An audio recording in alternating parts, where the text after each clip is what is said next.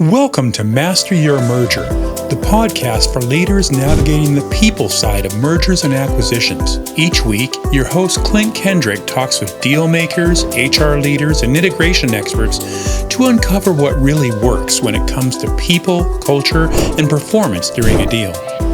From retaining top talent to aligning leadership, you'll hear real stories and actionable insights from the people doing the work, all designed to help you make your merger work. If you're leading through M&A, this is your weekly playbook.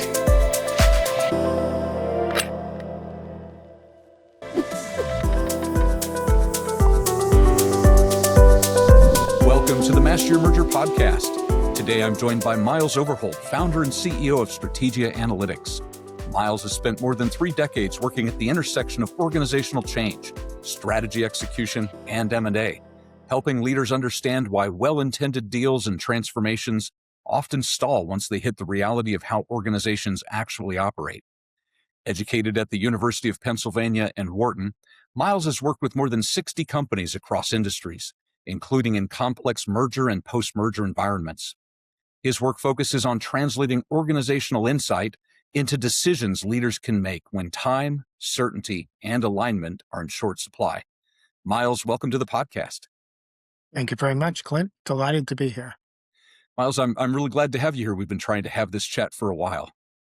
We have squeezed it in finally. Yeah.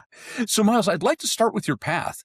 You didn't come into M&A through a traditional deal role. So why don't you share with our listeners how you did find your way into merger-related work and what some of the early experiences you had that were that helped shape how you think about deals today? Be glad to, Clint. I come into this M&A space by 3 different routes. I'm a clinical therapist and have been for many, many years. I'm a researcher and I've been that for many, many years. And I'm a management consultant, which is what I do for the most part. So I blended those together. And of course, when you have that skill set, I often get called in by executives going, "We don't understand what the mess is, but we know you see it from a lot of different viewpoints." And that's literally how I got into my first merger. It was a mess. Come in, please. And that was decades ago. And I just listened to the story, and pretty soon it was pretty clear that nobody had done much work on putting the human capital together at all. Yeah.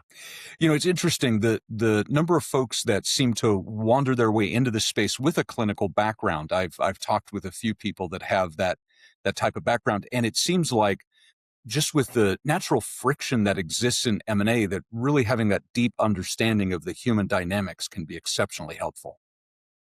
Absolutely. And when I go to your conferences and listen to people talk, yeah, I run into the therapist and they'll go, "Oh, we go off in the corner and talk a little bit." But the bigger piece is what we're looking to do is to make the organization fit together better so people can thrive. Yeah. And that's therapy. Right. Well, it's true. And I think that's what everybody has in common going into M&A, right? The ability to manage the human capital or just the people side of things, to speak more plainly, it makes a difference in how those organizations operate and their profitability, not just how the people feel, not just the vibe, but the results. Absolutely. And of course, vibe and results go together. Yeah. Right? Almost every place we go. And when I first started in consulting, I walked into a major business, sat in the lobby and said, "Uh-oh," as I'm listening to how people are interacting, employees with each other in the lobby. And the uh-oh was, this is not working well and they're not happy campers. And Yeah, it showed at the front desk. I could see that. This is not at all in what we talked about, but I'm glad we're going down this road for a second. One of the things that I really recommend organizations do during their diligence process is a site visit where they go in and check out the environment.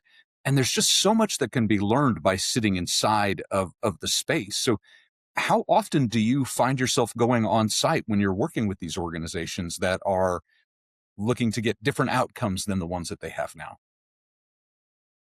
Used to be a great deal, to be honest with you. My business has changed because now I do this remotely, mainly by our platform that looks at how aligned companies are. So which I'll talk about later. But the whole point is to answer your question. I would come in, and I guess my favorite story about that is this may be 10 years ago, was hired by a distributor, large distributor, to come in. And they said, well, let's meet in one of our locations. And I was glad to drive there and sit down. And I'm waiting for people, and nobody came. And I was probably half an hour early. So I started to wander. And, most organizations really don't like you to wander. Right. It's one of my most favorite activities in companies. So I wandered and I opened up a door, and it led me right into a warehouse. Hmm. And I'm walking through the warehouse and I go, this is very strange. I've worked in a lot of warehouses and they never let anyone wander around by themselves, let alone don't say hello or say, be aware of what the safety issues are. So I wandered and I quickly figured out that they had a major problem with how their warehouse was managed and kept. And so I filed that away and I walked back in, and then they said, oh, where are you? Did we just get a call about you? Were you walking around in the back? I said, yes. And they said, oh. And then the story unfolded, of course, that the people in that warehouse were part of the merger into the larger company, and they didn't know who they were talking to. Mm. And so it was nothing matched, including warehouse safety. So wandering around, I do believe there was a famous person who did that at one time. Wandering around, you get to see a lot about management.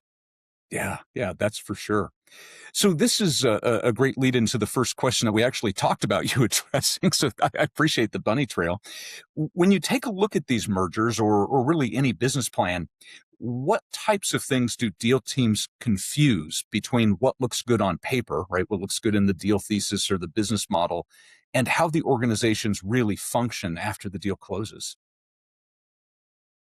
I think they confuse a great deal, to be honest with you.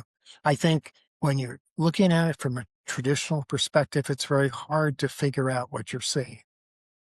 Okay, because it's a mosaic, number one. So no matter where you look, it's a little bit of different twist. Secondly, that we tend, when we're doing the integration, to get very linear and very detailed. Here are the steps to follow. And those are wonderful. But I tend to want to step back and look at, how do both these companies work? What are the patterns of how they manage their people? And is there any possibility that we can blend these two patterns together? Think of this as a marriage where you fall in love and you marry somebody, and then you meet their family and you go, oh my God, well, who are these people? I don't understand them at all. It takes you a while to learn it's a different culture. When you merge, nobody thinks about how different the cultures are other than a standard linear way. In other words, I want to know, how well do they execute their strategy? How much emphasis do they put on strategy versus execution? If you're in a advertising environment, for instance, there's almost no strategy. It's just execute, execute, execute. If you're in a manufacturing environment, there's a lot of strategy going on because they need to be more precise. You put those two cultures together, not that I could ever imagine blending an ad agency and a manufacturing plant. So in that sense, it's a ridiculous example. But the point is, two very different entities have to come together, and we only look about how we should tie up the shoelaces. We don't look at, do the shoes fit? Yeah, that makes sense. So you just gave a great example with the warehouse. Is there another example that you have, just going back to your mosaic and a couple of companies coming together? Maybe a recent situation where things appeared to be great during diligence, but afterwards they started to unravel? Yes, I was consulting pretty steadily with an insurance company, developing different ways to help them grow. And they were acquiring one of their former competitors, and everything was going smoothly. The company I was working for was very confident that this was going to go well. Things were going to move rapidly and that there wouldn't be huge disruption. Meanwhile, the company they were about to acquire said, there's no way in hell we want to be acquired, said the execs underneath the senior execs. And they sat and met weekly and plotted out exactly who controlled which parts of the acquiring company, how should we influence them, which teams should we get ourselves on. And when they were acquired, they came in, and then 12 months later, they were running the company. Fascinating. So it sounds like this wasn't a really a process or a communication issue, but really something a little bit more fundamental about how those organizations operated. Yeah. And fundamentally, they were incredibly different cultures. The acquired company was much more entrepreneurial. Listen to the initiative they took to figure out how Yeah. to take over the other company. And the other company was making a fortune, doing very well, and couldn't think that anybody would depose them. Well, they were wrong. Yeah, that's fascinating. How did it go financially? I'm really curious about the outcome when you had that almost reverse merger situation happen. Yeah, it is almost a reverse merger, isn't it? Come to think of it. The guy I worked for took his cashed in everything and left very wealthy. Okay, so that's one answer. Well, that's a How success did it work? story right there. Yeah, right there. Yeah, absolutely. And he was happy that I knew what was going on. Yeah. It worked very well because, frankly, what the acquiring company needed was a shot of entrepreneurial spirit, mindset. And they thrived in it once they got past the shock, which was an 18-month kind of combination divorce and marriage put all together. It was really, really rough. Yeah, yeah, it sounds like the path to get there was definitely not straight. So I'm curious, Miles. That's absolutely a happy surprise. One of the things that we often hear about is those situations where it does go sideways. So thinking about this situation where the buyer really needed what the seller had with that entrepreneurial spirit, what are some ways that a buyer can understand what's missing in their culture and then absorb that from the seller? Again, it worked out really, really well in your situation, but almost by accident. How would you go about making that dynamic intentional? I'll tell you what I did then and what I would do now. They're similar. Then I got on the whiteboard with the gentleman I worked for and I mapped it all out. Okay. As we kept it in his office, door closed. Here's what I think's going on as I sit in your meetings and listen to what people are saying and how they're maneuvering. And we drew it up and we could say, okay, this is what we think's going to happen fairly accurately. Okay. So, and that's kind of like the impetus for my whole latest effort in my career, which is to have Strategia Analytics, which measures the connection between strategy and execution and measures and produces your organizational DNA. So you can see how to recombine the DNAs. And when you put them together, you can do it because that's what I did on a whiteboard years ago with this. In other words, I think you have to be very intentional, which we all know is the standard piece, but you have to see what you're swallowing.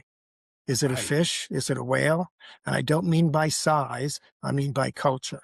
And culture is more than just what we think about. It's not just the values, it's how you lead, what your strategy is. It's a whole combination, which we then call DNA.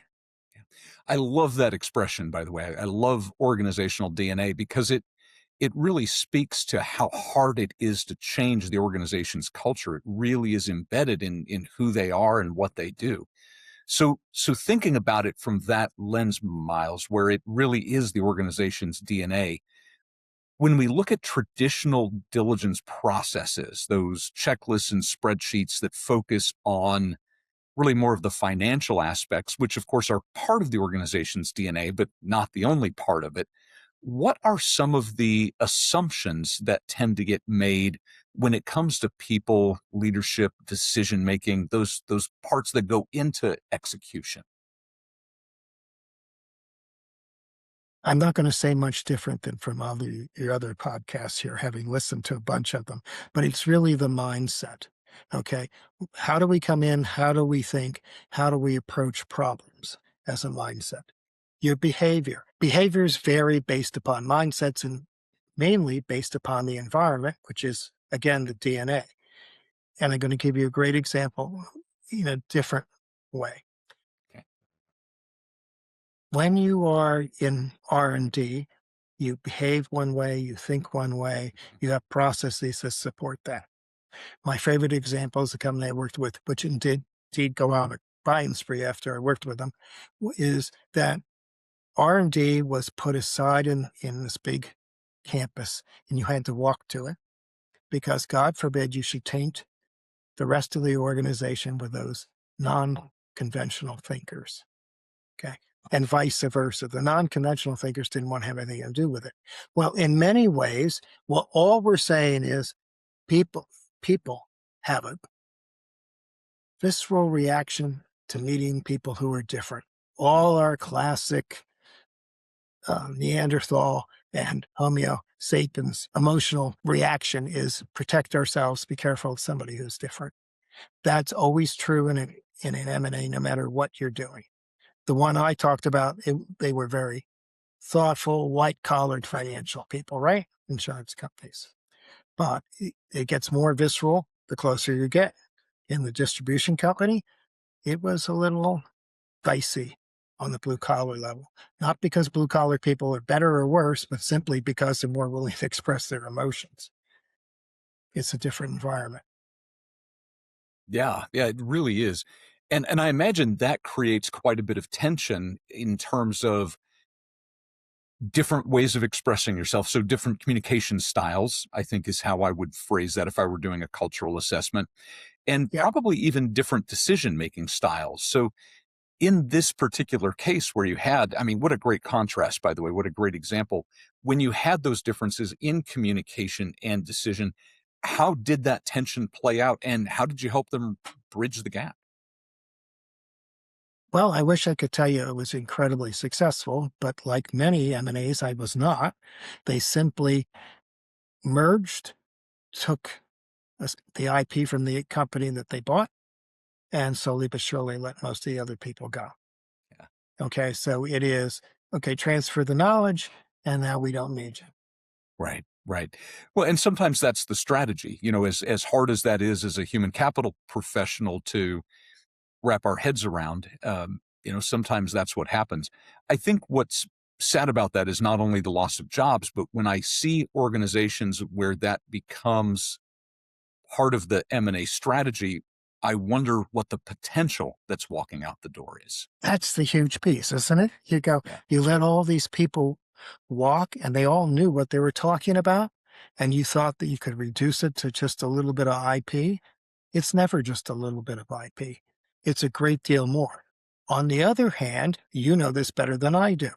This is not an easy task, and managing all those people with all the issues that happen and occur during a merger is not fun.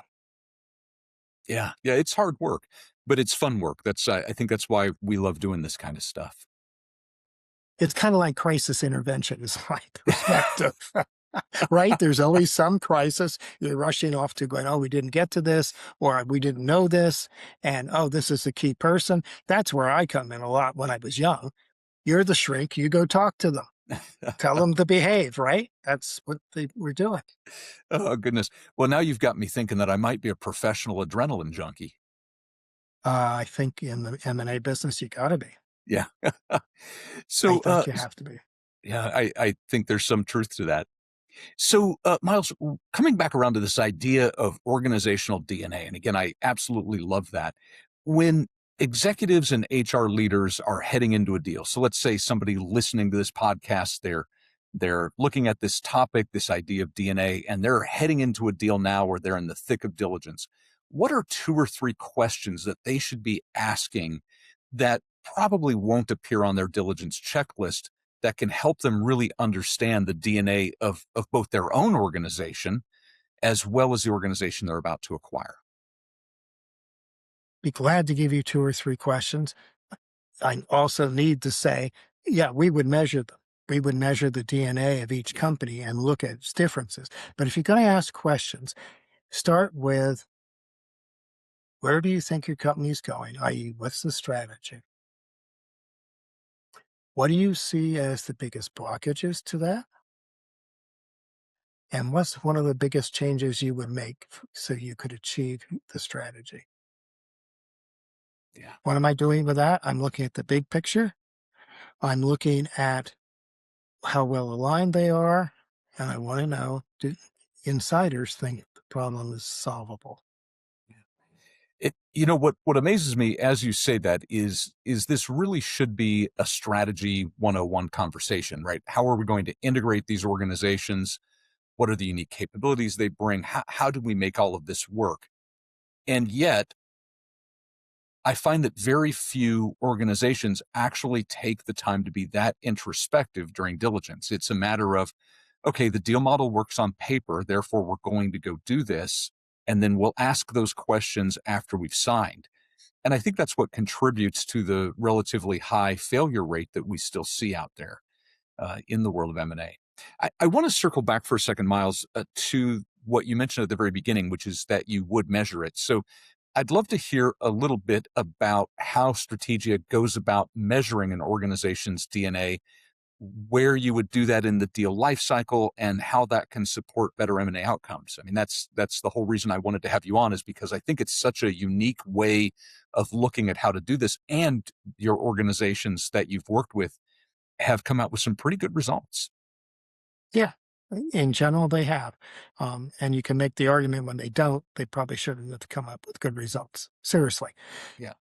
Okay, so to be more specific, we like to measure as soon as the integration work starts. Okay. Okay, you can't do it before then for all legal reasons, obviously. So as soon as we can get there, and we really like to frame it with, this is not about who's going to be replaced. This is not about changing who you are. This is about us trying to respect you and understand you enough to know who you are so we can all thrive. And you as the That target company, you or as is the it both target company. sides? Well, I do both sides. Okay. If I have my preference, sometimes I've had to work with people using other surveys. That's great.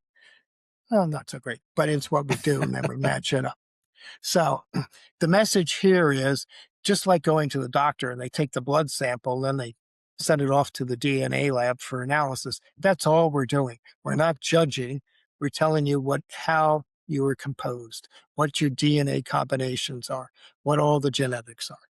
And so we look at that and then we back up and do exactly what you said.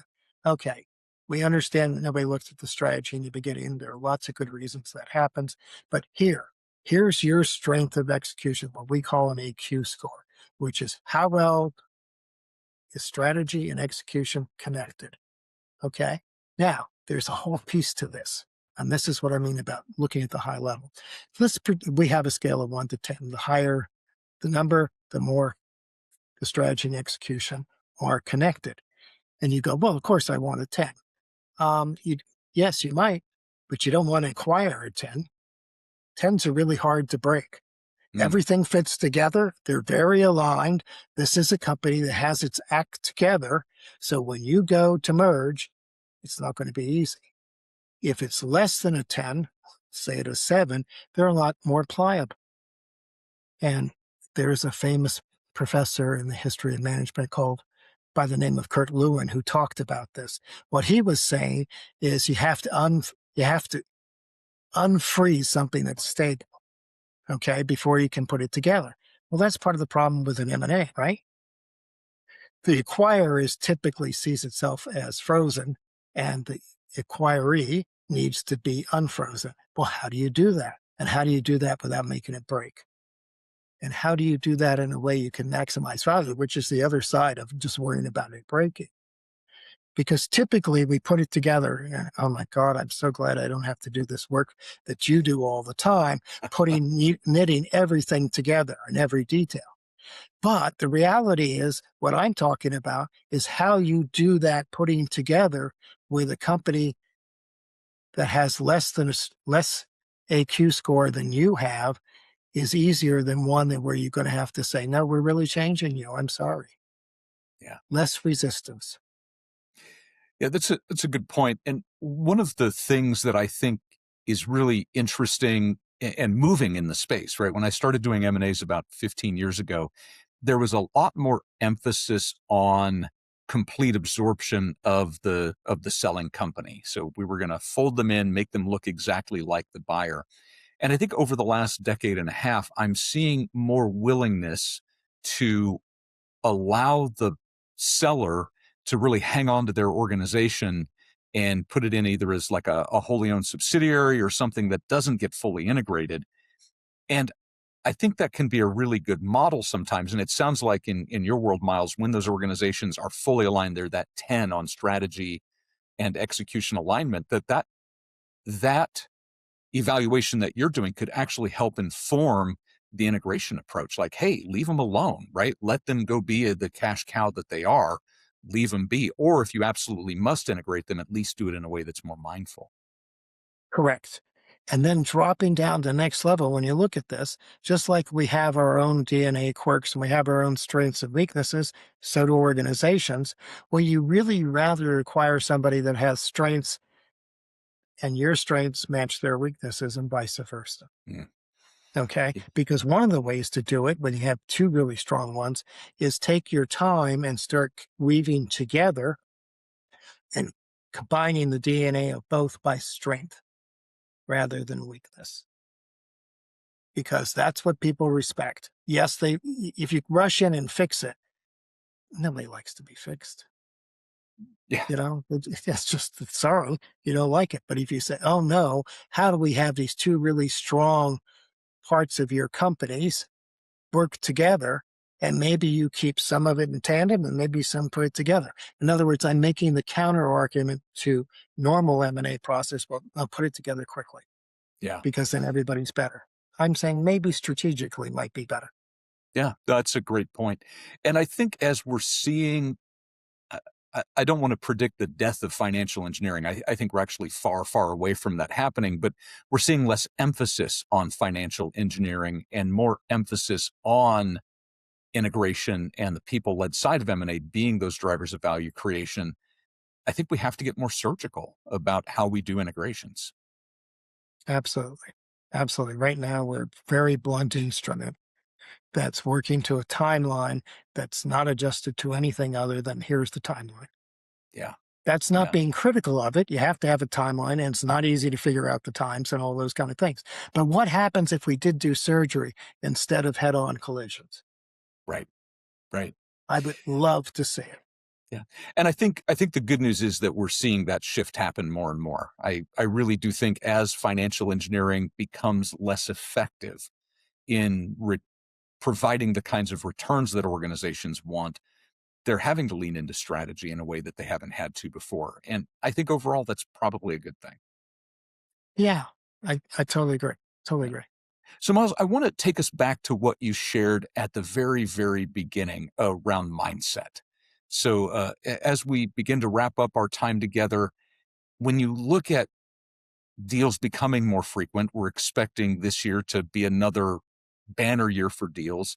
And what we just talked about with change being a constant and hopefully more intentional change, what's one mindset shift you wish most leaders would make about M&A and even organizational change in general?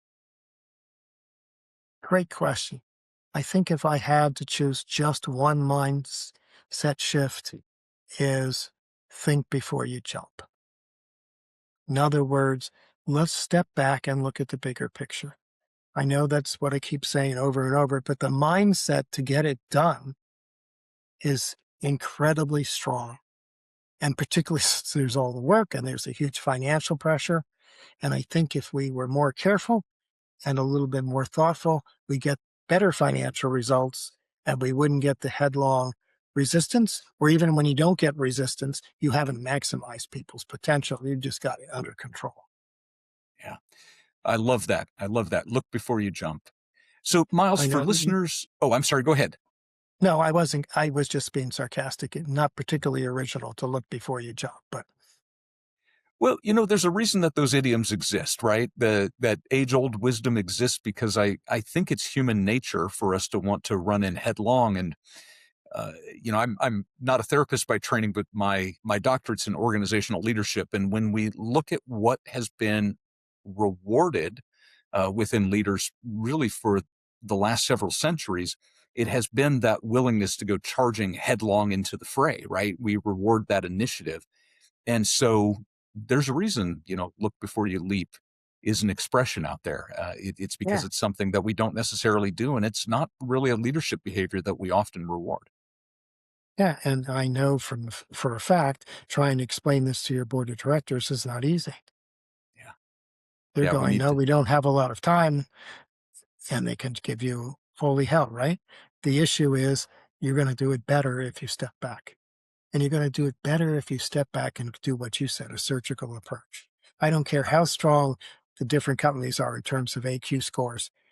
It is, let's be surgical, because how many people want to be thrown into hospital and have nothing diagnosed for them? We're going to do something to you, but you don't know what it is yet. Yeah. Doesn't work.